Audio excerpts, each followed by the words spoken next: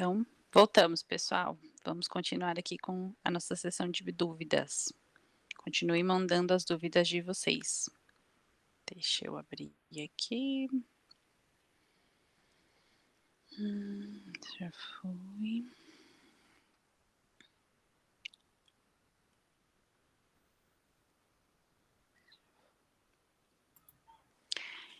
Então, professor, a Olenta pergunta: muitas pacientes com síndrome da fadiga crônica se queixam de quadros de hipersônia diurna excessiva.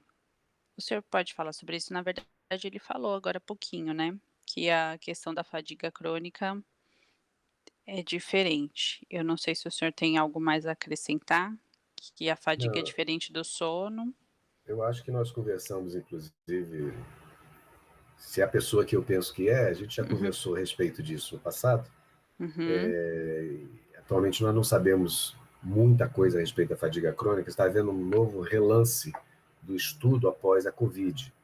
uhum, Nós estamos, inclusive, nos concentrando na universidade, num grupo de pesquisa, sobre, não sobre fadiga crônica, mas sobre Covid de longa duração, o Covid que persiste depois do vírus já ter saído. E isso tem movimento neurológico, psiquiátrico, etc. Mas nós estamos entrando num ponto em que as doenças muitas vezes são imbricadas, são intrincadas uma com a outra. A depressão, a fadiga crônica, o que no Covid a gente chama de brain fog, ou nevoeiro mental, que faz com que a pessoa tenha mais dificuldade de raciocinar, problemas de relembrar as coisas, etc. E para vocês o que interessa é como tratar isso. E nós uhum, não temos ainda uma ideia. Tá? Nós não uhum. temos ainda uma ideia. A melhor maneira que a gente pode ajudar vocês, inicialmente, é fazer o diagnóstico. Porque Sim, saber o que você tem é muito importante do que viver na dúvida. É mais importante do que você sair por aí tomando remédio sem saber o que exatamente você está tratando. É sem isso que eu queria dúvida, dizer. sem dúvida. A próxima pergunta é do Fabrício, e ela é bem parecida com isso que o senhor comentou agora. Ele disse que tem o diagnóstico há 10 anos e queria saber, nesse Diagnóstico período de quê? de narcolepsia, perdão. E ele queria saber nesse período o que foi que evoluiu e se tem algum registro de pacientes idosos, de como eles viveram desde o período do diagnóstico até a continuidade e tudo mais. O que tem evoluído bastante é o diagnóstico. Uhum, Existem marcadores genéticos, marcadores imunológicos que estão sendo desenvolvidos e o diagnóstico vai ficar cada vez mais preciso. Quem sabe até tirando a dúvida que a gente tem, que eu mencionei na exposição, sobre a narcolepsia tipo 2, uma narcolepsia também sem cataplexia. Que uhum, doença é essa? Será que é narcolepsia? Será que é hipersônia? Será que é outra coisa? Então, essas dúvidas atrapalham o tratamento. uhum, Então, o diagnóstico tem evoluído. Em termos de tratamento, no entanto, a gente ainda empaca na dificuldade do produto químico, como eu mencionei para vocês, é muito instável, a maneira de se introduzir no corpo, e a terceiro, que eu também já mencionei, que é o viés comercial. uhum, E nós, aparentemente, a narcolepsia é uma doença rara, uhum, e eu não, opinião pessoal, eu acho que um dos grandes problemas do investimento no tratamento é que é como um governador, por exemplo, ele prefere fazer o quê? Um bom sistema de esgoto ou uma grande avenida de 6 pistas? O que vai fazer com que ele seja reeleito? É a avenida de seis é, pistas. Não importa se na hora que vier a primeira chuva vai inundar, porque não tem uhum, esgoto. Então, é mais ou menos o mesmo raciocínio. Uma medicação que poderia mudar a vida de 20 mil pessoas por 100 mil, ou por 1 milhão de pessoas, 20 mil pessoas e 1 milhão de pessoas, será que essa medicação é comercialmente disponível, é comercialmente uhum. viável? Viável. Então, Uhum, falando cruamente, eu acho que esse é um grande problema que pouca gente aborda.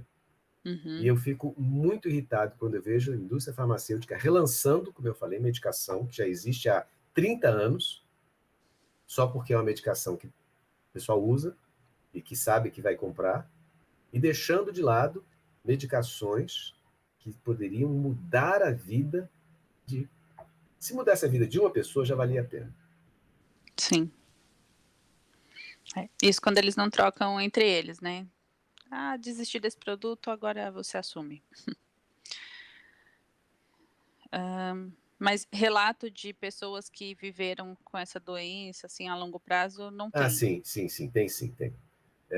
E não são notícias ruins. Existem relatos de que, com o passar dos anos, a cataplexia tende a Que bom. melhorar bem. É. Uhum. E o paciente começa a ter melhor, lidar melhor com a sonolência excessiva, Ah, com o passar do tempo, com o então. passar do tempo. Agora, Uhum.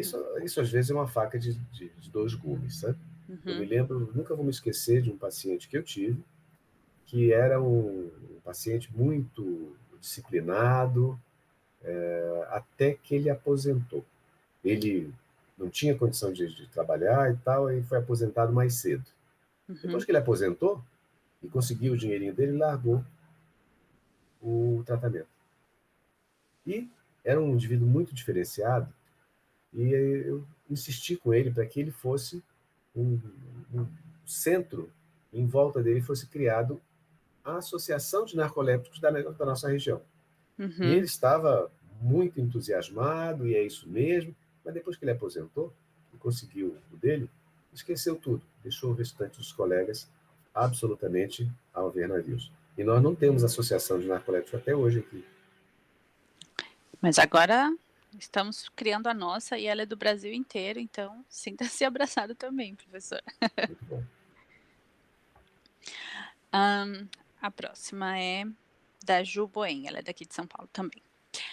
Fui diagnosticada com hipersonia idiopática, síncope do vaso vagal e síndrome da fadiga crônica. É possível isso? Você está. Como é o nome dessa moça? Juliana. Juliana, você está me colocando numa situação difícil. Se eu disser que é ou que não é, eu vou estar julgando o diagnóstico que um outro médico fez. Eu não Uhum. sei. Eu só tenho que dizer o seguinte: eu tenho menos condição de fazer esse diagnóstico do que o médico que te entrevistou e deve ter te entrevistado tempo suficiente, com habilidade e experiência suficiente, né? Por favor, não me ponha nessa situação. É, Teoricamente é possível. sim. Ah, que bom, já é 50% de chance de estar certo.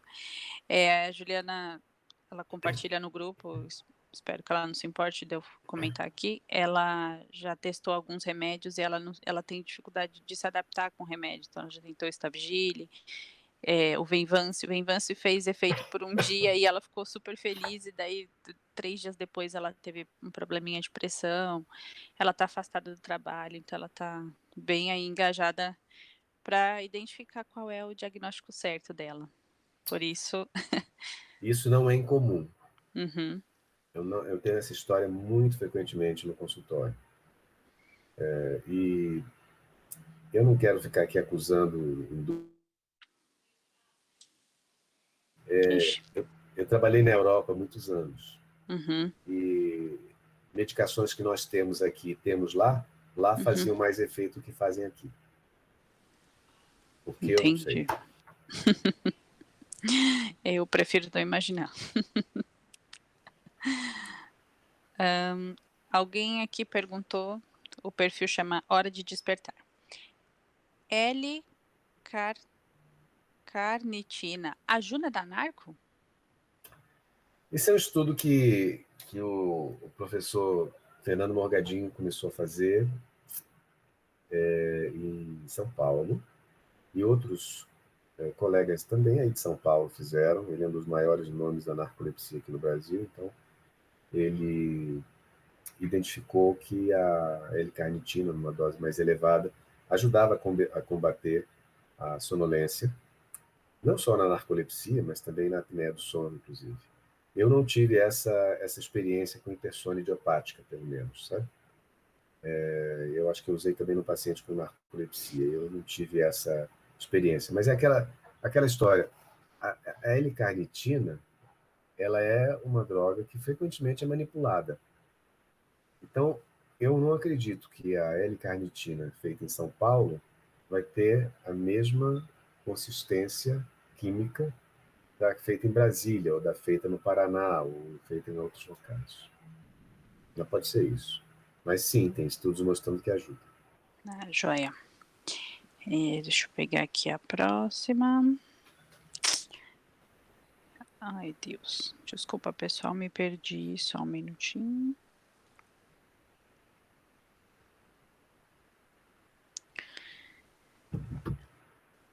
Aqui. Osnil Lourenço pergunta: é verdade que a monotonia leva à crise de narcolepsia? Eu prefiro dizer que a monotonia leva à manifestação de sonolência. Sim, Uhum. sim. Inclusive para os meus pacientes com insônia, que acordam no meio da noite sem sono, eu aconselho que eles vão para a sala e liguem numa televisão, num canal de televisão bem chato. Geralmente é um canal de política ou alguma coisa assim, e Uhum. assistam aqueles discursos tão honestos, né? E acabem, pela monotonia, eles acabem dormindo. A narcolepsia em si, a sonolência não precisa de causador. É como eu estou falando, ele está conversando com você, está tomando banho, dorme. Fato. Tá no telefone, o telefone despenca Está escrevendo, dorme. E várias tive uma vezes. paciente que me trouxe o caderno dela, do cursinho, todas as linhas terminavam com um traço para baixo. Sim, Eu me tinha uma paciente que identifico. dormia comendo. Entre a colher sair do prato e ir para a boca, Uhum. ela dormia. Comendo eu nunca dormi, mas eu já deixei de comer para dormir, que o sono venceu. Também é comum. A próxima é da Daniele também. Existe algum lugar hoje aqui no Brasil que ofereça um tratamento que ofereça um diferencial no tratamento? O que é diferencial no tratamento? Se Hum. for profissional, existem profissionais habilitados a tratar, reconhecer e tratar narcolepsia dentro dos limites que tem no Brasil, em todos os estados brasileiros. Graças a Uhum. Deus, a medicina do sono tem encontrado diversos profissionais maravilhosos no Brasil. Agora, se você está falando em recursos de hospital público, isso tem uma diferença, sim. Brasília não tem, o serviço público não tem um bom aparato para receber esses pacientes, mas você encontra em São Paulo, você encontra no Rio Grande do Sul, você encontra muito provavelmente no Ceará, no Amazonas, em São Paulo, diversos centros, não só em São Paulo, capital, mas Ribeirão Preto, Bauru, etc. Então, depende do que realmente significa esse diferencial. Sim. O Rio de Janeiro também, a Isso, Ana. sem dúvida. Rio de Janeiro também, claro. Uhum. Tem o Hospital Pedro II, se eu não me engano. Espero não estar falando errado. Opa. Então vamos lá. Outra pergunta aqui. Quando o Shiren vem para o Brasil? Siren, Ah, ok. É o, perdão, esse aí, Hipersônia eu aprendi, mas esse daí eu não sabia. o Siren, não é chegar com outro nome, é o oxibato de sódio. Uhum. O oxibato de sódio foi uma molécula que, é aquela que eu falei que tem que tomar antes de dormir, que é o pozinho de gosto ruim, e que trabalha muito bem estabilizando o sono noturno do narcoléptico e acabando com a sonolência diurna, Hum. e que é altamente alucinógeno. E dissolve totalmente na água. Então, para dar o golpe do Boa Noite Cinderela é maravilhoso, né? Ah, É por isso o problema. É interessante que ele foi inventado por uma empresa, não me recordo exatamente da onde, e era baratinho. Só que a uhum, empresa era muito pequenininha. uhum. E ela vendeu os direitos para uma empresa farmacêutica grande, que assim que assumiu, colocou o preço lá em cima. Bom, nos Estados Unidos, ele ainda não é prescrito livremente. Na Europa e no Canadá, ele tem uma restrição, mas ele é prescrito. Nos Estados Unidos, tem que ter registro, não sei aonde, para o indivíduo poder prescrever. Eu não Uhum. vejo, embora eu saiba que tem alguns laboratórios, estão começando testes clínicos aqui no Brasil sobre o Xyrem. Eu não tenho a menor ideia de quando essa molécula vai chegar até aqui. Não sei também qual vai ser a capacitação que o médico vai ter de ter para poder receitá-la. Uhum. Tenho a menor noção de como é que isso vai ser feito. Porque a receita amarela que vocês estão acostumados a ter, não são todos os médicos que podem preencher. Sim. Tem que ter um registro especial na vigilância sanitária, etc., que dá um trabalho para fazer. Então, imagina com uma droga dessa, né, que é ainda mais caprichosa nos seus efeitos, eu não imagino como é que vai ser quando chegar aqui no Brasil, nem o preço. Sim. Pode ser até que surja uma nova categoria de receita, né, talvez. Opa, Valquíria pergunta: a narcolepsia na adolescência é mais difícil de lidar e de aceitar o diagnóstico?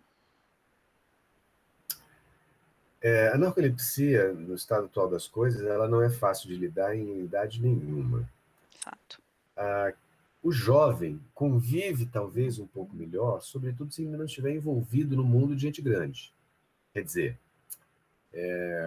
não tiver com emprego, não tiver tendo que sustentar uma família.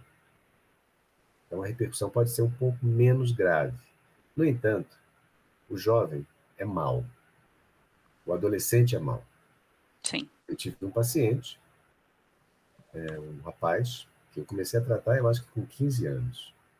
E o grande problema é que ele tinha muita cataplexia. E os amigos, sabendo que quando contavam uma piada, ele ria e caía no chão, eles faziam aquela rodinha só para contar piada e vê-lo cair no chão.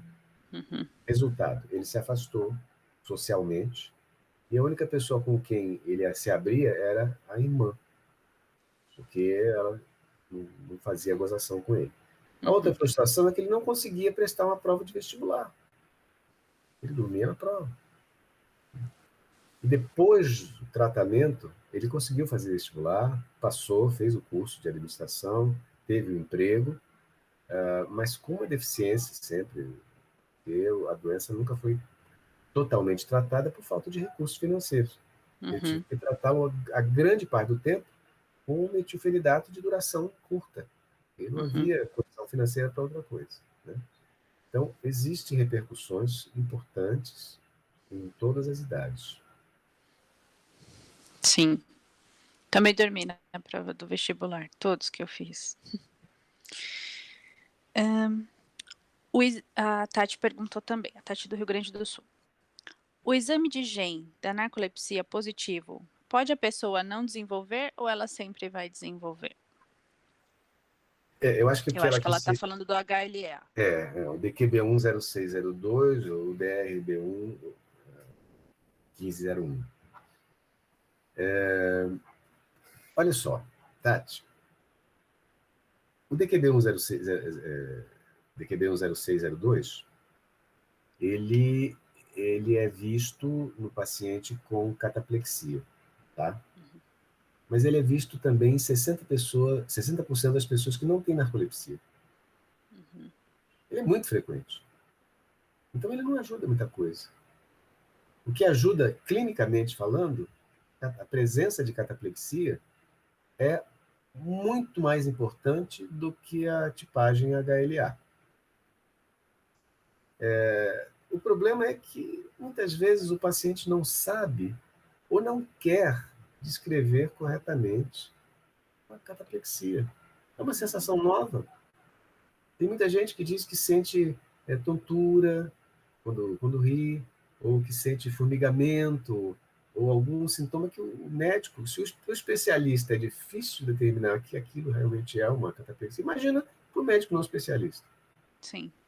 E muitas vezes o paciente interpreta aquilo não como um sintoma de uma doença, mas como alguma coisa esotérica, espiritual, etc, etc. Sim. E aí isso retarda mais o diagnóstico. Assim. Todas as vezes que me perguntaram sobre crise de cataplepsia, eu dizia: "Olha, eu nunca perdi a força do tônus, mas eu sou bastante assustada". Aí a pessoa sempre me fazia uma cara de: é, talvez". Vamos ver aqui, mais uma, da Eliane. Iniciei tomando Stavigile para hipersônia, mas depois de uns meses não tinha mais efeito. Agora estou tomando Venvance, mas também tem dias que não faz efeito. O que tomar então? Eliane, você tem médico, né? Eu evitei falar de remédios e de tratamento exatamente para não fazer consultas aqui, porque isso é antiético. O que eu quero te dizer é o seguinte: de maneira geral, as diretrizes, as guidelines, né, que é os grandes grupos, as grandes sociedades de medicina do sono do mundo inteiro, a sociedade francesa, a sociedade americana, eles se reúnem periodicamente, a brasileira também, para fazer diretrizes para orientação de médicos a respeito de como se entender determinada doença, como diagnosticar e como tratar. Recentemente, acho que foi 2019, 2020, nós nos reunimos na Sociedade Brasileira, Associação Brasileira do Sono, e fizemos nosso segundo consenso sobre narcolepsia. E o que se diz nos consensos internacionais é que uma medicação apenas pode não resolver tanto quanto a associação de duas medicações. Uhum. O problema é o preço. Uma caixa de, sei lá, de metilfenidato da Janssen está custando, não sei, aqui em Brasília, R$ 255. Se o paciente tomar um comprimido por dia, se ele precisar tomar isso mais uma outra medicação de longa duração, o preço dobra ou triplica. Essa, para mim, é uma grande limitação. Sim. A gente Para estava os consensos não fazer. a gente estava discutindo hoje no grupo, a pessoa falou: "Ah, eu não vou conseguir pegar o remédio hoje, alguém tem uma alternativa, sabe onde é mais barato?" Eu falei: "Olha, eu tomo 2 de 100 ao invés de um de 200, de repente pode funcionar para você, né". Então, a gente está sempre buscando alternativa dentro daquilo que a gente consegue ou que a gente tem. Vamos lá, aqui, Luz Lucilene pergunta: "Doutor, é possível adormecer e continuar os movimentos por um tempo? Por exemplo, dormir e continuar passando roupa devido à hipersônia?" Claro, claro. Eu mencionei isso quando eu falei sobre outro beijo para a Ana. Eu mencionei isso quando eu falei de atitudes automáticas. Uhum, O paciente com hipersônia, ele dorme e continua fazendo as mesmas coisas que ele estava fazendo. Eu tive um paciente, às vezes é difícil de acreditar, mas o paciente era serralheiro. Faz fechaduras, portões, essas coisas. uhum, Ele mora numa cidade antigamente chamada Cidade Satélite, aqui de Brasília, que é mais ou menos uns 30 quilômetros do centro da cidade de Brasília. sim, Ele ia e voltava para casa de moto, apesar do perigo, né? Numa sexta-feira, ele foi para casa e o trânsito estava muito pesado. E quando ele estava quase chegando na sua casa, estava na rodovia, ele viu que ele não ia conseguir chegar porque o sono era muito grande. uhum. Ele parou numa parada de ônibus, estacionou a moto e disse: "Eu vou dormir aqui uma meia horinha, assim que eu melhorar, eu pego minha moto e chego em casa, umas 4, 5 horas da tarde." E aí deitou na parada de ônibus, colocou o capacete, deitou a cabeça e dormiu. E acordou 6 horas da tarde. Tinha melhorado o trânsito, né? E entrou na moto, subiu na moto, foi para casa e encontrou a esposa dele em casa absolutamente apavorada. Deu-lhe uma grande bronca. E ele disse: "Mas eu dormi na parada de ônibus. E eu aqui, são 6 horas ainda." Ela disse: "Só que são 6 horas de sábado."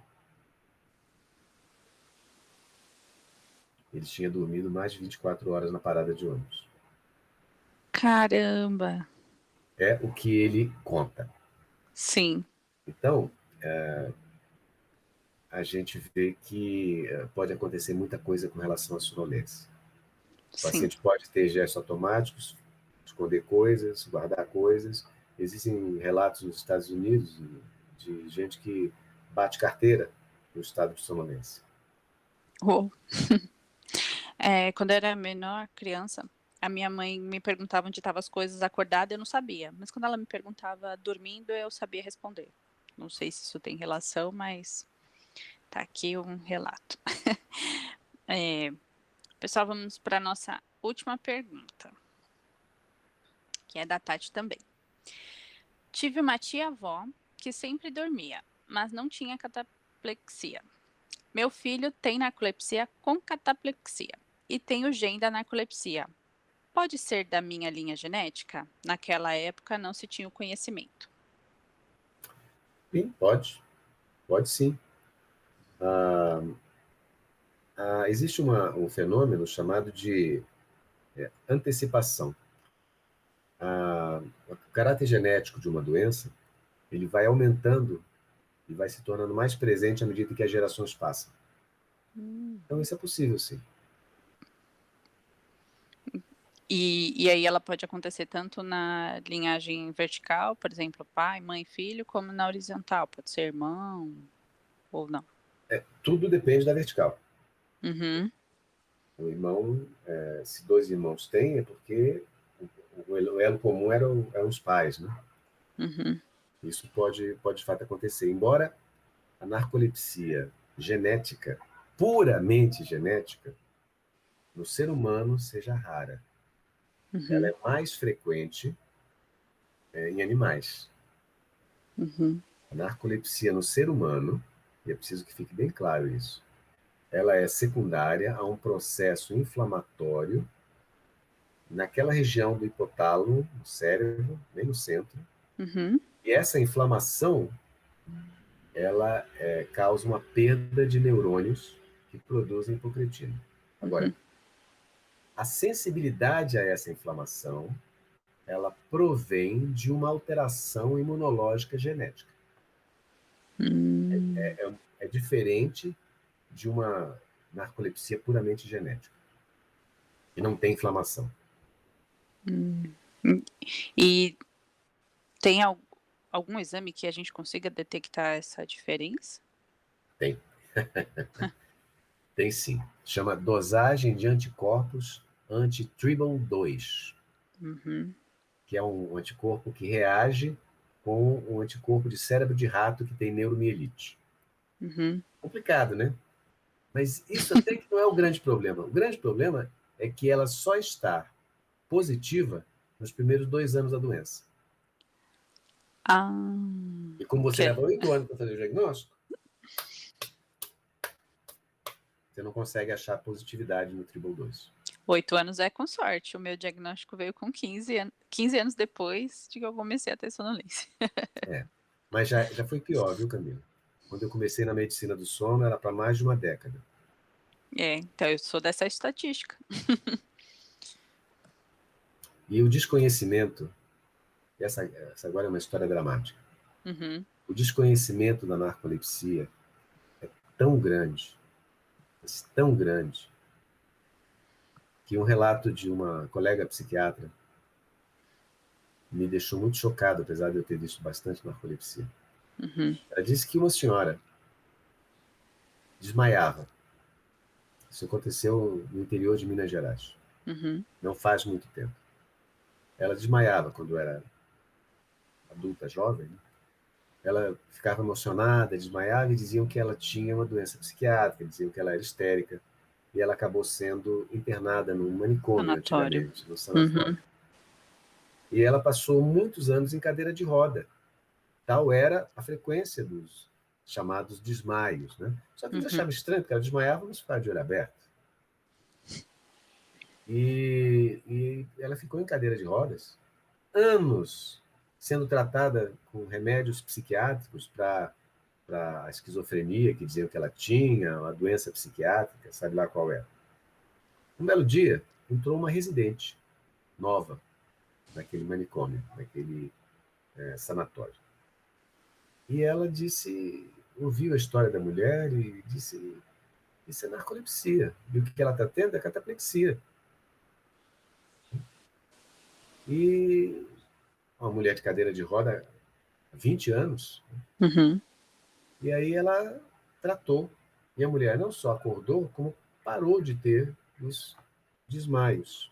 Uhum. E ela levantou pela primeira vez da cadeira de roda. Durante os 20 anos de cadeira de roda e de cama, ela tinha feito varizes. E essas varizes Nossa. deram trombose nas pernas. E quando ela levantou, o trombo Ela foi para o pulmão e ela morreu. ah, meu Deus. Gente, a mulher podia estar aí contando pra gente. Caramba, É, chocante. chocante. E ainda você tem que se considerar, em 15 anos, ainda felizardo.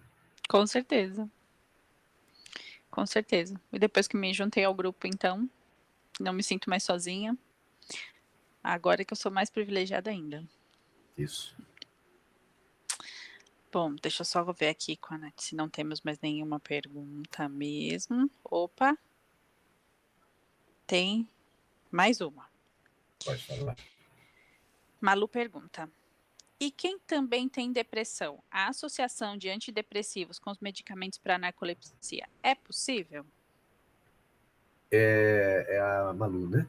Isso. Malu vem de onde? Não conheço Malu. Pois é, mas a Malu deveria ter colocado de onde ela vem. Uhum, Não só é possível, como é quase obrigatório.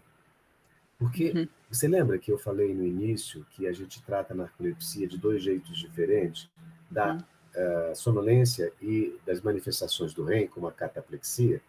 Pois é, o tratamento da cataplexia é feito com antidepressivos, uhum, geralmente inibidores de recaptação de serotonina, porque eles inibem o REM, inibem as manifestações anormais do REM. uhum.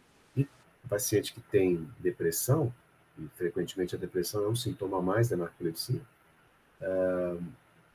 o antidepressivo está mais do que indicado. Né? Uhum. Ah, ela disse que é de Goiânia. Aí, vizinha nossa aqui, Pertinho do senhor, é verdade. tem uma querida amiga minha que sabe tudo de narcolepsia, que trabalha em Goiânia, e eu vou fazer propaganda dela aqui, a doutora Juliana Macedo, Opa, muito boa, muito boa. vamos se juntar a ela também. Tem que entrar em contato com ela, avisa para Ana. Pode deixar. E a última, o senhor já fez algum acompanhamento de paciente que fez a dieta cetogênica e teve melhora na narcolepsia? Aquela Nunca, que nunca? nunca. Nunca vi paciente com narcolepsia, tive contato com pacientes com epilepsia, Uhum. com dieta cetogênica, mas não me surpreendeu os efeitos, não. É, a gente tem um caso de sucesso no grupo, né, que é a Nath, inclusive. Ela faz a dieta cetogênica e quando ela come determinados carboidratos, ela sente mais sono ou, o remédio faz menos efeito, enfim, ela é menos produtiva, então ela procura evitar. E o filho da Tati também, não 100% de cetogênica, mas ele tem uma dieta mais equilibrada, mais para fibras e grãos do que carboidratos, e aí ela disse que depois disso ele conseguiu emagrecer bem e também se sente um pouco melhor por conta disso. É possível que seja isso mesmo. Do ponto de vista metabólico, a glicose ela é Uhum. uma grande inibidora da hipocretina. Quanto Hum. a glicose mais baixa, mais alta a hipocretina. Quanto mais alta a glicose, mais baixa a hipocretina. Então, Ah, como na narcolepsia você precisa de muita hipocretina, é melhor que a glicose seja mais baixa, né? agora tá explicado porque eu como paçoquinha e durmo. Joia. Bom, pessoal, deixa eu só agora confirmar se acabaram as perguntas. Agora, de fato, acabaram.